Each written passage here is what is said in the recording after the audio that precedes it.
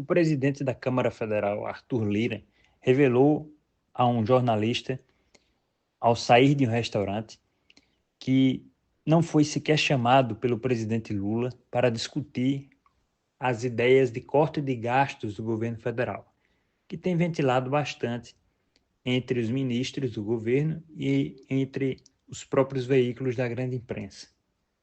Existe uma intenção clara, pelo menos nesse momento, de conter gastos que são vistos como menos importantes pelo governo, como, por exemplo, a questão das Forças Armadas.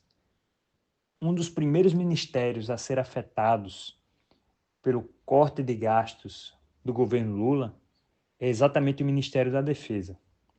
Não por acaso, tendo em vista já o grande histórico de desavenças entre petistas e militares, tendo seu auge no final de 2022.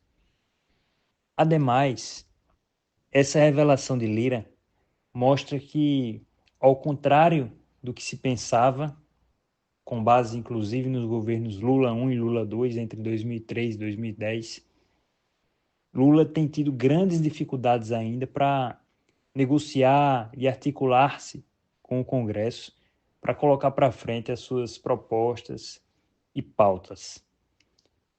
Essa de não chamar sequer para uma reunião o líder de uma das casas legislativas é bastante sintomática e expõe, de fato, essa grande dificuldade. Todos sabem, pelo menos aqueles que acompanham mais a política e um pouco do mercado, que Lula é totalmente avesso a cortar gastos. Muito pelo contrário, ele é a favor de gastar indefinidamente.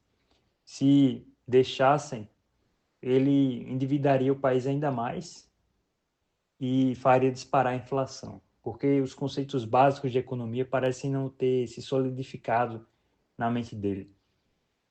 A prioridade dele é essa, assim como de vários colegas de partido, porque isso gera um efeito de curto prazo positivo na economia, gerando mais emprego, gerando a sensação de prosperidade, que é o tempo suficiente para se reeleger. Depois a conta chega e vem uma recessão, como foi o caso do governo Dilma, que dobrou a aposta nesse modelo fracassado.